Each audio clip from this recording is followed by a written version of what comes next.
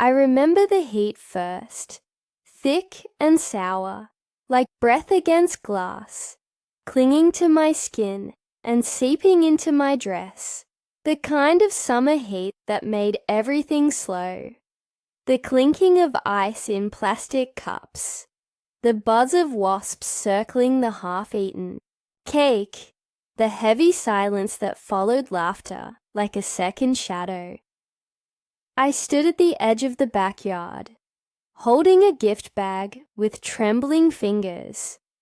Inside was a crystal decanter, something elegant and impersonal, the kind of present you give when you're not sure if you're welcome. I had debated not coming at all, but guilt is a loud thing, and mine had been screaming since the day I said no. My mother spotted me first. She didn't smile, just gave me that pinched look, as if I'd shown up barefoot or drunk. "You're late," she said instead of hello. I glanced at my watch. "It's 5 minutes past." "Still late."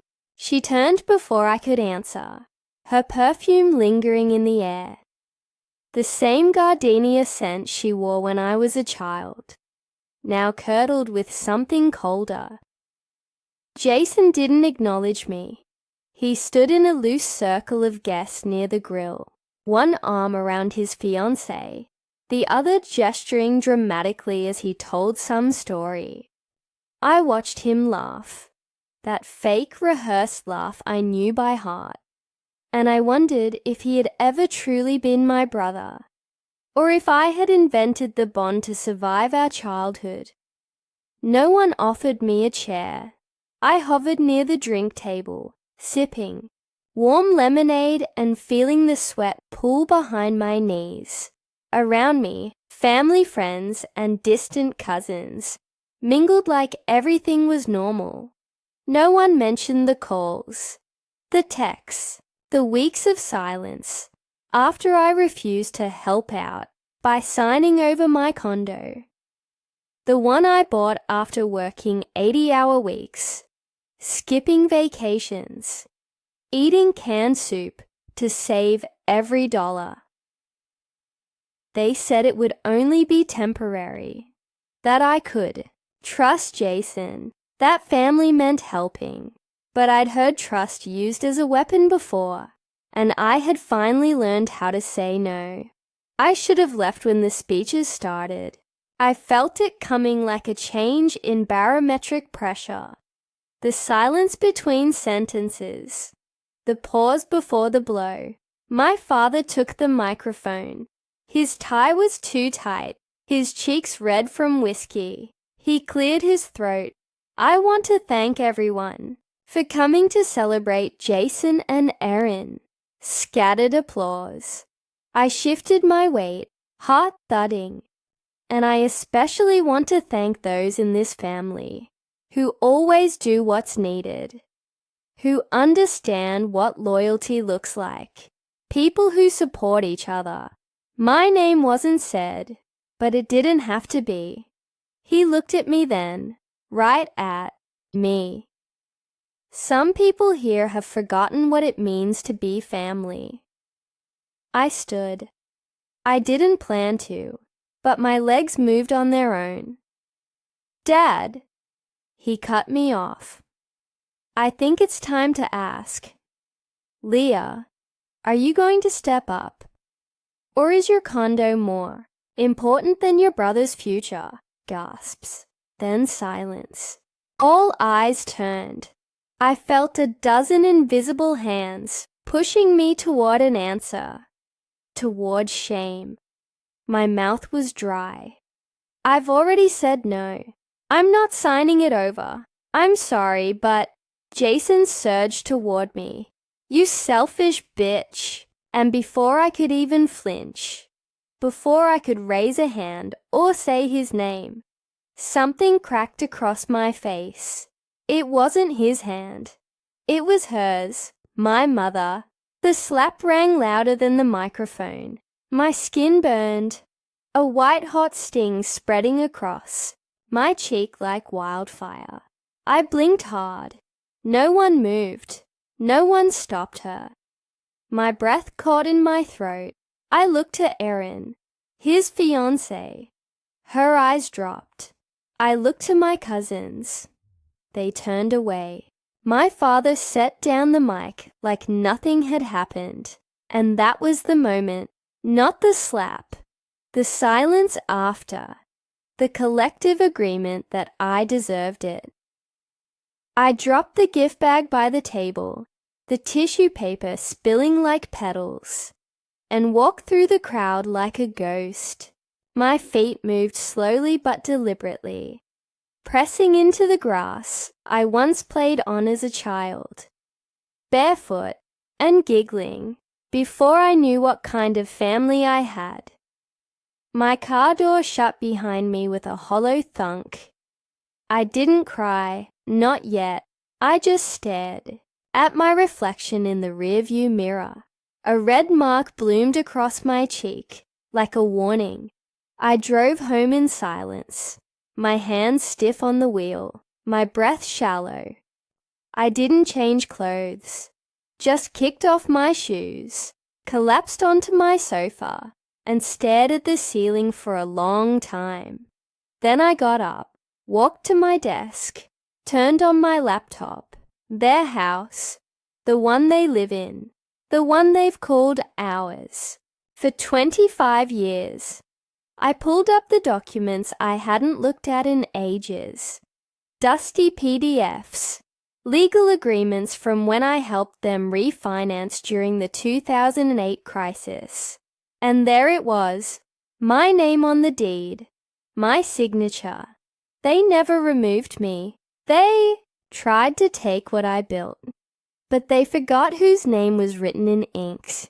Looking back, I don't think there was a single moment when I lost myself. It was slower than that, softer, like the way a tide erases a footprint, not with a wave, but with 1,000 patient laps of water. I grew up believing that family was everything. My father said it like a mantra, his voice deep with conviction, even when he was drunk. My mother said it like a threat. You don't leave family behind, Leah. Not ever. And I didn't. I was the one who stayed when my father lost his job. I was 15. The layoffs came fast.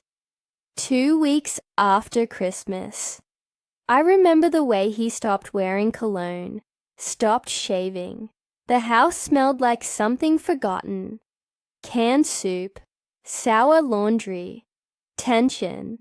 My brother Jason stopped coming home on weekends, and when he did, he locked himself in his room, with a cloud of smoke leaking under the door.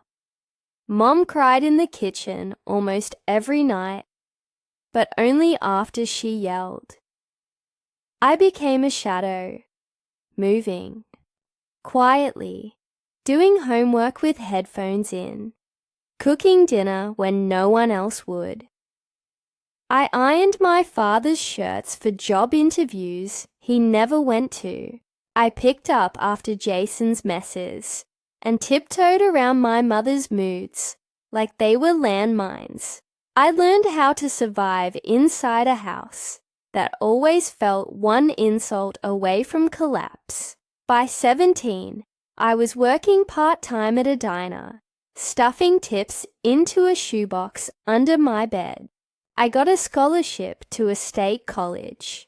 Not far, just 2 hours away. When I left, my mother didn't hug me. She said, "Don't forget where you came from," and closed the door. I didn't. I never forgot. That was the problem. Even in college, I drove back every weekend, brought groceries, paid the power bill once when the lights went out. I told myself it was love, that this was what good daughters did. But sometimes, love and obligation wear the same mask. When I graduated, I skipped the ceremony. Jason had totaled the family car the week before, and needed help with the repair bill. My mother called me crying. "He's trying, Leah. He just needs support." I wired the money before I even had a job lined up. Eventually, I built something for myself, a marketing startup I launched with 2 college friends. Long hours, low pay, the kind of desperation that burns through your 20s like a fever. For years I slept on couches, took freelance gigs to make rent, and didn't tell my family when we failed. Or when we finally made it, when we sold the company, I bought myself a condo. Not a mansion, not flashy. Just a clean, light-filled space with a tiny balcony and a view of the city. It was mine, paid in full. I remember standing in the empty living room the day I moved in, barefoot on polished hardwood, the smell of fresh paint and possibility in the air, and I cried. Not because I was happy, but because I didn't know who to call. My parents never visited. When I showed them photos, my mother's smile was tight. "Must be nice to live like that." My father asked how much it cost. Jason joked, "Guess I picked the wrong career." The silence after that joke was heavier than the words. I started hearing from them, more after Jason lost his job. Again, Erin was pregnant, the baby was coming fast, and they needed help. At first, it was small things, money for groceries, a short-term loan. Then the call came. "Jason's trying to refinance the family house," my mother said. "But with his credit, it's tricky. We thought maybe you could, just for now, sign your condo over, just on paper, so he can leverage it for the loan." I didn't say no, not right away. I stalled, asked for time, said I'd look into it.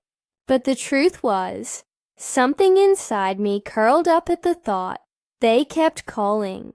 My mother's voice changed, from pleading to bitter. "After all we've done for you, Leah, after all the sacrifices." She talked about the sleepless nights, the years she fed us on beans and bread, how my father worked himself to the bone, how I wouldn't have gotten to college if it weren't for them. "Jason needs this. Are you seriously going to let your brother's baby grow up in a run-down apartment because you're clinging to some piece of concrete?" It didn't matter that they'd never made a payment on the condo, that I had clawed my way into that, home through every sleepless night and missed party and tearful budgeting spreadsheet. To them, it wasn't mine. It was ours. I began questioning myself. Was I being selfish? Was I punishing them for not loving me the way I wanted? Was I still that scared teenager, trying to earn a place at the table? I started sleeping with the bedroom door locked, even though I lived alone. I found myself folding old sweaters I hadn't worn in years, ones that smelled like mothballs and memories. I unearthed a photo of me and Jason, 10 and 12, on the swings at our old park, his arms slung around my shoulder. I couldn't remember the last time I had seen that version of him. I wanted to believe he still existed, that they all did, but every conversation made that harder. Every voicemail chipped away at the version of family I had fought to believe in, and still, I nearly gave in, not because I trusted them, but because I wanted to, because belonging had always been currency in my family, and for a long time, I thought if I just gave enough, I could finally afford it. After the slap, I expected silence, or maybe, on some delusional level, I expected an apology, Some kind of acknowledgement that what happened at the party was wrong. That hitting your adult daughter in front of dozens of people was shameful. But silence was all I got. Not the kind that holds space for healing, but the kind that bruises with its absence. The day after the engagement party, I drafted a message. Then I rewrote it 6 times. Hi, Mom. No. Too soft. I'm sorry things. Got heated. No. That makes it sound like I was part of the chaos. Eventually, I sat down and typed out a long email. 2 pages. Single-spaced. I told them everything I'd held back for years. How it felt to always be the responsible one. How I'd missed birthdays, parties, job opportunities. Because they needed me. I explained the condo, in detail. The years of work, the stress, the small wins I never shared, because I knew they wouldn't be celebrated. I ended the letter with a simple sentence. I love you, but I won't set myself on fire to keep you warm anymore. I read it out loud before hitting send. My voice cracked, but I sent it anyway. Days passed. No response. I texted Jason. Nothing. My mother read the message. I saw the little scene indicator. But she didn't reply. Then one afternoon, while making coffee, my phone rang. I didn't recognize the number, but I answered. For 3 seconds, I heard muffled background noise. Voices, music, someone laughing, and then a familiar voice. Sharp and nasal. My aunt. She's always been like this, cold, ungrateful. You give her everything and she acts like she's better than all of us. A cold-hearted bitch. That's what she is. Click. The call cut off. I stared at my phone like it had just slapped me across the face. She hadn't meant to call. Probably a butt dial. A mistake. But those words, they weren't new. They had just been hiding behind hugs and we're just worried about you for years. Later that week, the doorbell rang. A courier handed me a thick envelope. Legal papers. Inside, a cease and desist letter from my father's lawyer. They were trying to challenge the condo's ownership.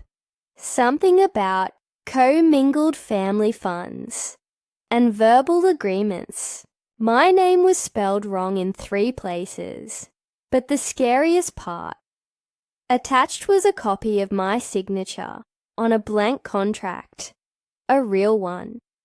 Something I'd signed years ago when helping my dad with his taxes. They were trying to use it, forge a new document using something I'd signed in good faith. My stomach twisted. I couldn't breathe. I thought about calling the police, but what would I say?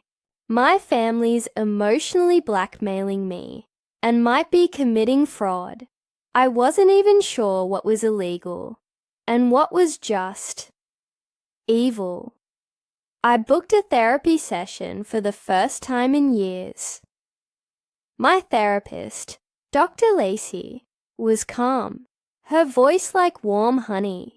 She listened as I spilled everything, the slap, the silence, the documents, the childhood memories that felt like cracked mirrors.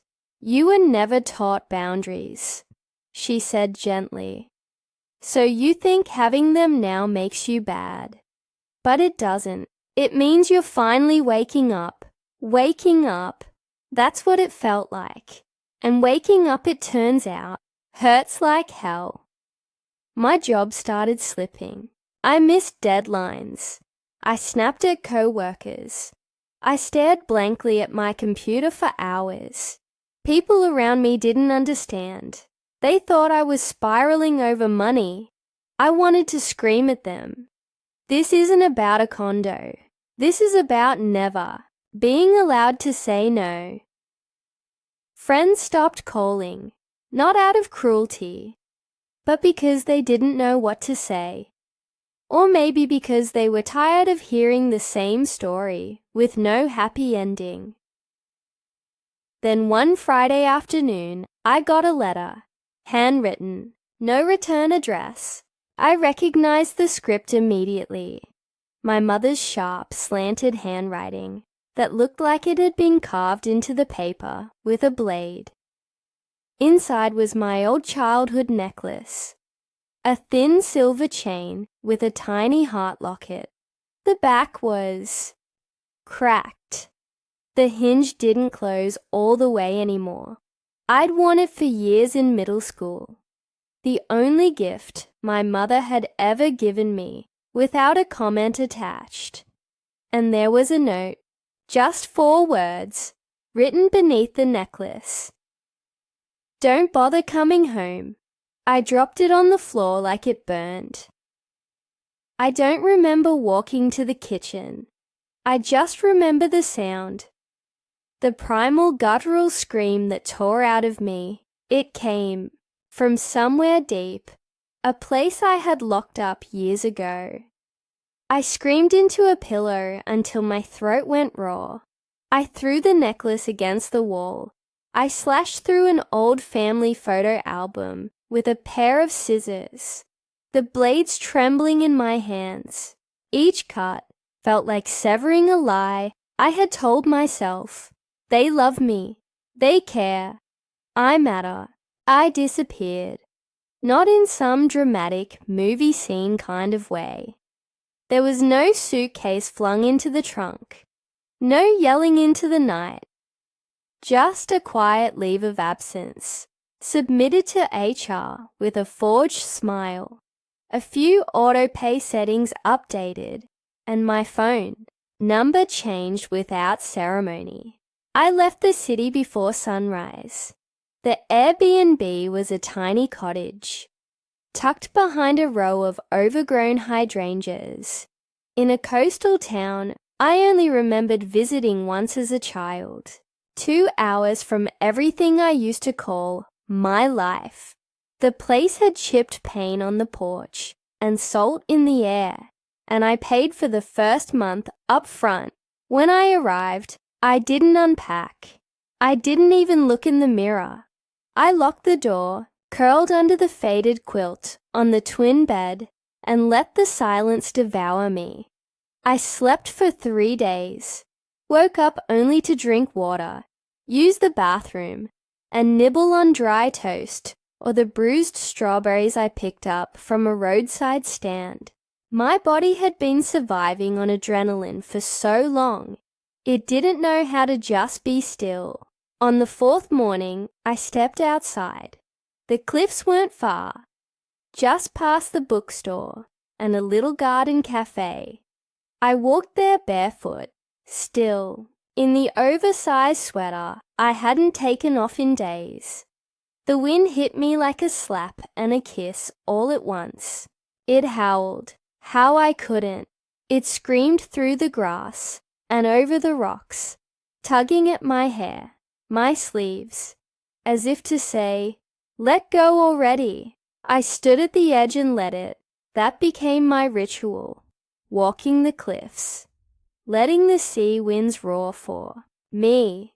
It was a week later when I met Marla. She ran the local bookstore, a place with warped floors and mismatched mugs for sale near the register. I wandered in because I needed paper, a notebook, something to contain the mess in my mind. Marla was short, grey-haired, with sharp blue eyes that missed nothing. She looked up from a worn copy of The Bell Jar and gave me a nod. You look like someone who's run out of good words, she said. I blinked, stunned. Excuse me, she shrugged. That's why most people come here. They've lost their language. Sylvia helps. I left with a stack of used books, 2 notebooks, and a quiet invitation to come back any time. I returned the next day, and the next. By the third, Marla asked if I wanted to help stock the poetry shelf on Saturdays. Nothing formal, just store credit and a chair in the back where I could sit and read. I said yes. I hadn't said yes to anything that wasn't expected of me in years. In the quiet hum of that bookstore, I began to remember myself. I read slowly at first. Passages underlined, pages folded. Virginia Woolf taught me that solitude could be sacred. Joan Didion reminded me that writing is control in chaos. Sylvia Plath held my grief like an old friend. I started journaling again. Messy thoughts, shaky lines, sometimes just a word repeated over and over. Enough, enough, enough. The town didn't ask much of me. That was its mercy. The days were slow, filled with fog and seagull cries, and the scent of salt baked into my skin. I found a rhythm. Toast in the morning, tea at noon, work at the shop, walks before dinner. I began logging into my job remotely. Again, small projects, free from the constant noise of other people's expectations. I did good work. Better even, Marla noticed. She always noticed. You carry yourself like someone waiting to be punished, she said one afternoon, handing me a cup of chamomile. You can set that down, you know. I didn't know how to reply, but I nodded. It was during one of our slow days, rain pelting the windows, thunder grumbling somewhere far off, that she handed me a small box. Inside was a silver necklace with a tiny anchor charm. Delicate, subtle, strong. I got it years ago, she said, for myself. After I left a marriage that was slowly eating me alive. Thought I'd pass it on. I ran my fingers over the anchor, the smooth weight of it. Why an anchor? To remind you, she said, that you have weight. You hold that night. I laid the necklace beside the cracked locket my mother had mailed me, the one that had once symbolized her love. One broken, one whole. I chose the anchor. Therapy continued, now weekly, sometimes virtual, sometimes in person. When I drove into town, Dr. Lacey and I peeled back layers like old wallpaper, revealing moldy beliefs I'd let grow inside me. They're not villains, I said once, crying into my sleeve. They didn't know how to love without control. She nodded. And you're allowed to step away from that, even if they never hit you again, even if they call it love.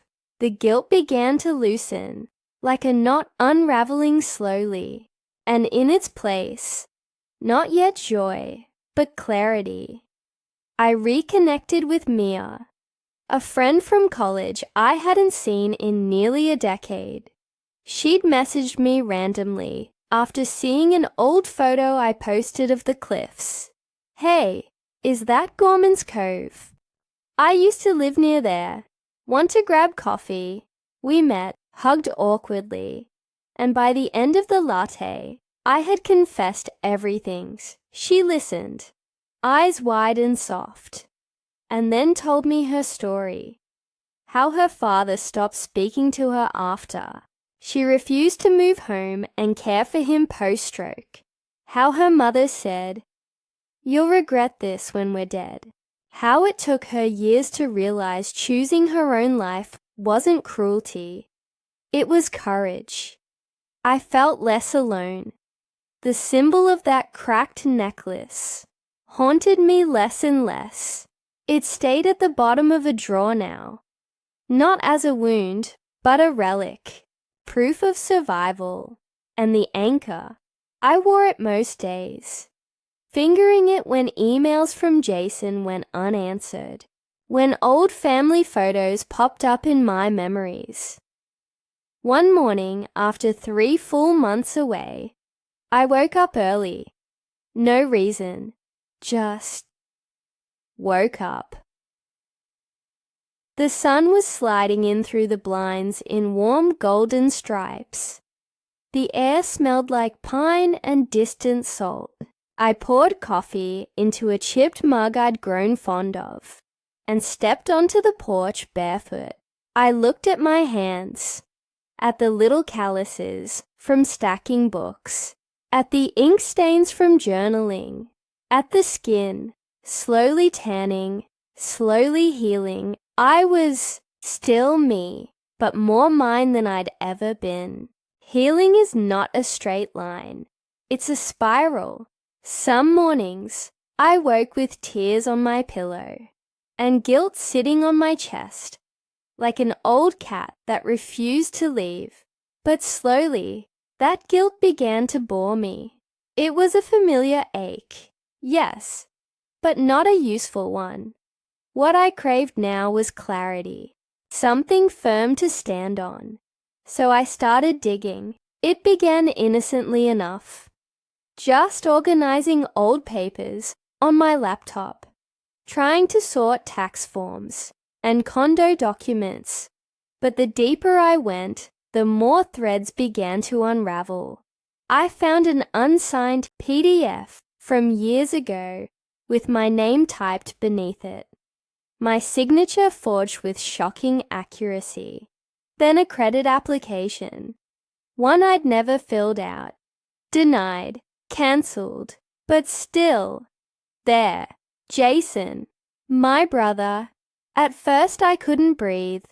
I remember sitting there, the soft humming of the fridge, the only sound in the condo, staring at my own name on something I never touched. My hand found the silver anchor around my neck, the tiny weight grounding me to the moment. I didn't spiral. I didn't scream. I opened a new folder and began screenshotting everything. What started as a weekend project turned into a full investigation. My evenings filled with spreadsheets, notarized documents, bank statements, and emails I hadn't looked at in years. Like an archaeologist sifting through ruins, I pieced together a story I'd been too blind, or too hopeful, to see before. 8 years ago, when my family's house was on the brink of foreclosure, I'd written a check, a big one, and, in return, they'd promised partial ownership, just until they got back on their feet. My father even drafted something on an old Word doc, a deed addendum I'd printed and signed, half out of obligation, half from love. I assumed it had been filed, forgotten. It hadn't been forgotten. It had been hidden, because tucked deep, inside a cluttered folder marked receipts, taxes old, was a scanned PDF of the signed document, notarized, stamped, and dated. The original was mine, 60%. That's how much of their house I legally owned. It was never transferred, never voided, and they'd pretended for nearly a decade like it never happened. I sat with that for a long time, not in a vengeful way, in a clear way. Like holding a match in the dark and seeing the edges of the room for the first time. I hired a lawyer. Her name was Tessa, and she was exactly what I needed. Sharp-eyed, kind-voiced, and devastatingly good at what she did.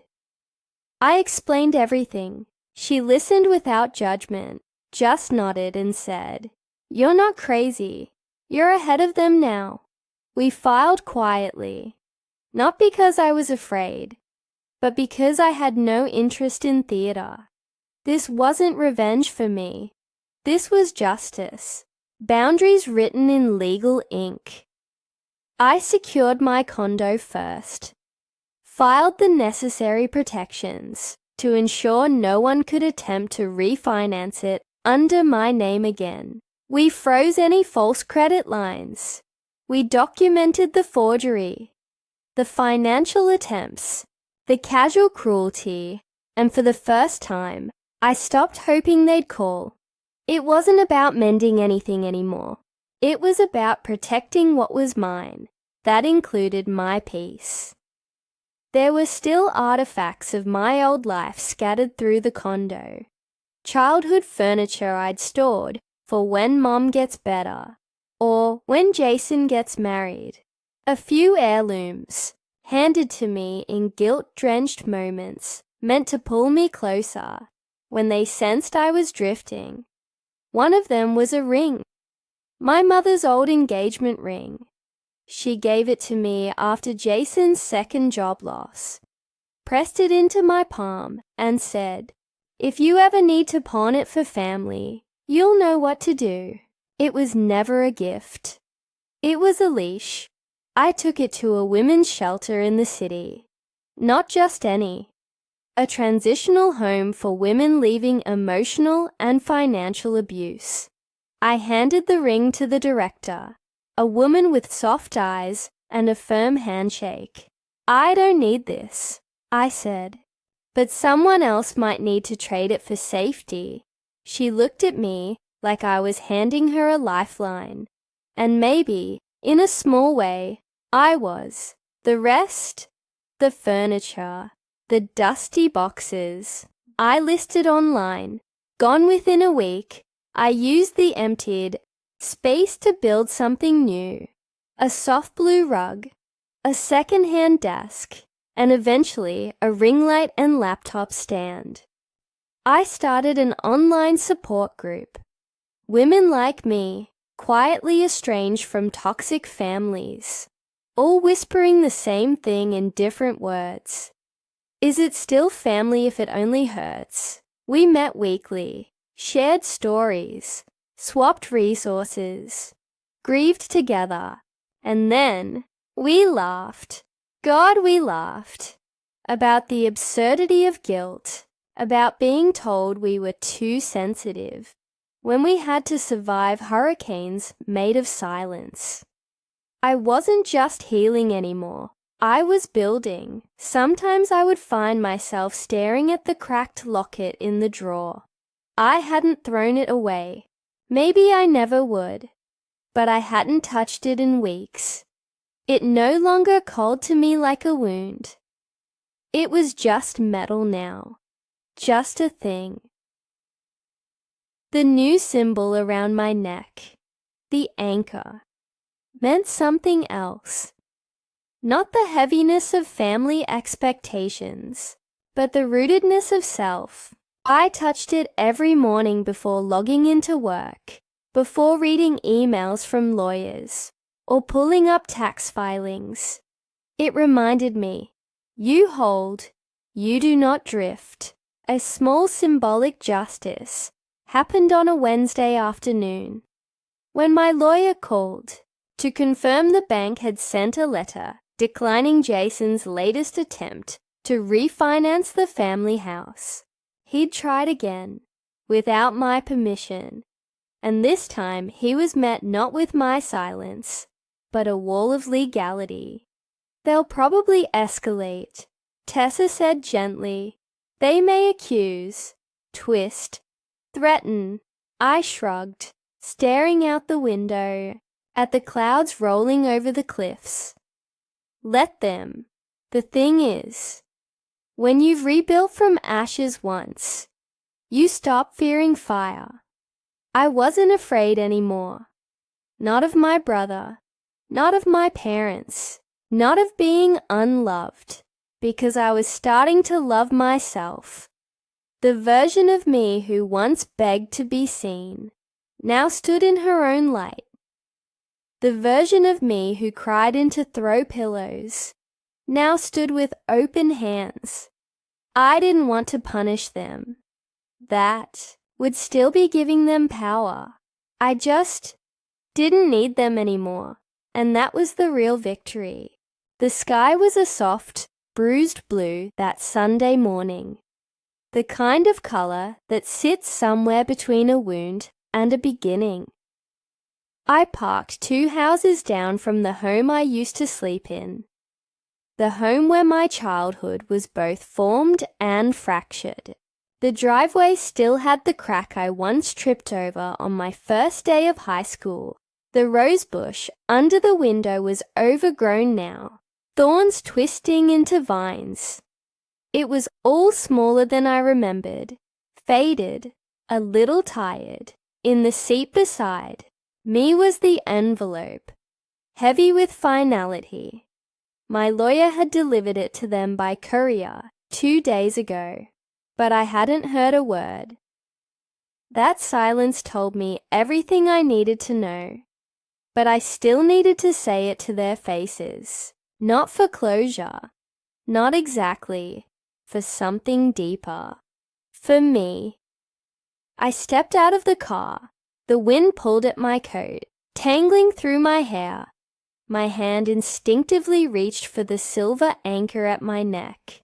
It grounded me, just as it always did. The front door opened before I even reached the porch. My mother stood there, her face pale and stiff, as if she were carved from old ivory. She was still in her robe, slippers quiet on the floorboards. Behind her, I could hear the faint thud of footsteps. And then, like a storm breaching its dam, Jason burst out. "You've lost your damn mind," he barked. "Selling the house? You're actually doing this?" I didn't blink. "Yes," I said calmly, pulling the signed documents from my coat pocket. "Because it was never yours to steal." His face twisted. "We lived here. You think you can just erase us?" "You already did that," I interrupted. My voice was steady, not raised. Steady like the tide. My father's voice boomed from inside. "We took care of you. We raised you. You'd be nothing without us." I stepped onto the porch. "No," I said, my eyes burning into his. "You raised a version of me that served your needs, not who I really was. And every time I asked for help, for respect, for love, you taught me that silence and sacrifice were the price of being part of this family." My mother's lip trembled. "We made mistakes, Leah. But you're going to ruin everything. Jason's business. Jason used my name, my credit, forged my signature." I snapped. "And none of you stopped him. You protected him. You enabled him. And when I stood up for myself, when I finally said enough, you treated me like I was the criminal." A tear rolled down her cheek. "I didn't move. I didn't want it to be this way," I said quietly. "But you left me no choice." Jason took a step toward me. "You're bitter, that's all. Just a sad, cold, don't." My voice dropped. He froze. "You don't get to call me names anymore." I held up the envelope. "The sale is final. You'll receive the moving timeline from my lawyer by Tuesday. The house will be listed by Friday. You'll have 60 days. My mother choked on a sob. "Where will we go?" "You should have thought of that before you tried to destroy me," I said. She reached for my arm, but I stepped back. My hand brushed the scar on my wrist. The one from when Jason slammed a door during one of his rages, and it hit me on the way out. I remembered the apology that never came, the way they told me to let it go because he was just stressed. I remembered the silence, the slaps, the suffocating expectations. I remembered her telling me to be the bigger person, even when I was the only one hurting. I'm not the little girl who begged to be seen anymore, I whispered. They stood there, crumbling, and maybe, once, I would have stayed. I would have tried to hug her, would have second-guessed my strength. But not this time, because now I saw them clearly. Not as monsters, but as people too broken to admit the damage they'd done. And I no longer needed to carry that weight. I turned. I walked down the porch steps, slow and calm, like I was finally stepping out of a long, toxic dream. The door slammed behind me. It didn't matter, because I was already free. I bought a cottage by the sea, not big, not flashy, but peaceful. Whitewashed walls, a wraparound porch, windows that sang when the wind came through them, the kind of place that smelled like salt and eucalyptus, where your thoughts could echo without interruption. I worked remotely, mentored young women in tech who reminded me of myself.